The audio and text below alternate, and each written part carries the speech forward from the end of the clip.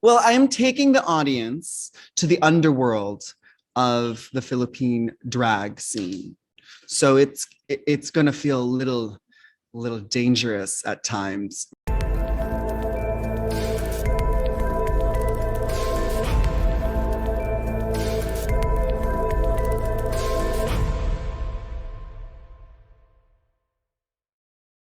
I'm very curious with the format of the show. Without spoiling it, can you please tease us at least three things we're gonna be excited about? Okay. Well, I am taking the audience to the underworld of the Philippine drag scene. So it's going to feel a little dangerous at times. I'm really excited about that. Um, now I know that we all think that the drag should be glitz and glam, but the reality is that it's not. It's sometimes you have to you go into a dark club, and then when the drag queens come out, that's when you're finally transported to a different place. And then we also treat this like a pageant because here in the Philippines, we love a pageant. So I'm excited to see the queens compete for the crown. And we make them do a few things that are like you wouldn't really see in your Miss Universe pageant for sure.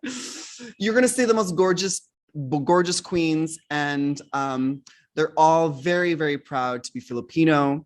As an international drag queen, I am bringing an audience from around the world, and I'm so excited to teach people watching about Filipino culture, especially Filipino drag culture.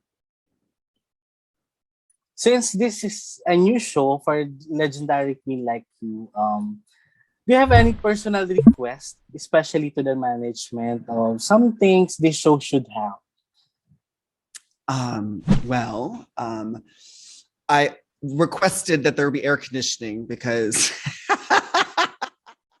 it wasn't requested. It was in my contract. I must be cold at all times. I live in Los Angeles. It's a desert, so I'm used to the heat, but not the tropical humidity of the Philippines. And drag is a lot of putting on things on. Like it's layers and layers of makeup. I wear these aren't. This isn't my hair. This is a wig. It's basically like putting on a fur hat, and sitting underneath big spotlights all day. We have 10 pairs of pantyhose on at once, sometimes all this corsetry and hip pads and boobies and lots of costumes. So yes, I wanted it to be cold. Does that, I don't even know if that answers your question, Richard.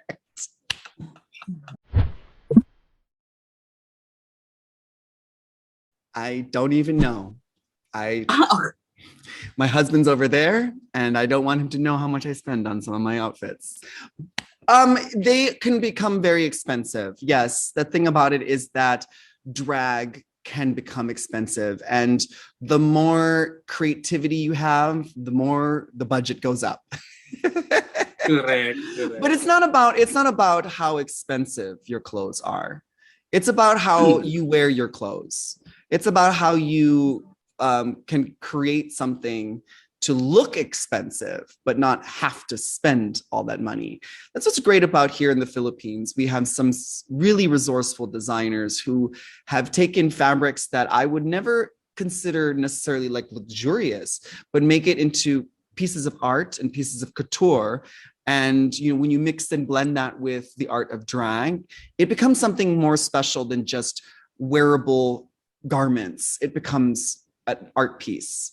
So it's not about spending the money on the jewelry or the accessories or the name brands for drag. It's about creating something that makes you look and feel beautiful. But yes, it's probably like in the thousands of dollars range. I don't know what that translates into pesos, but more money than I would care to admit. And yeah,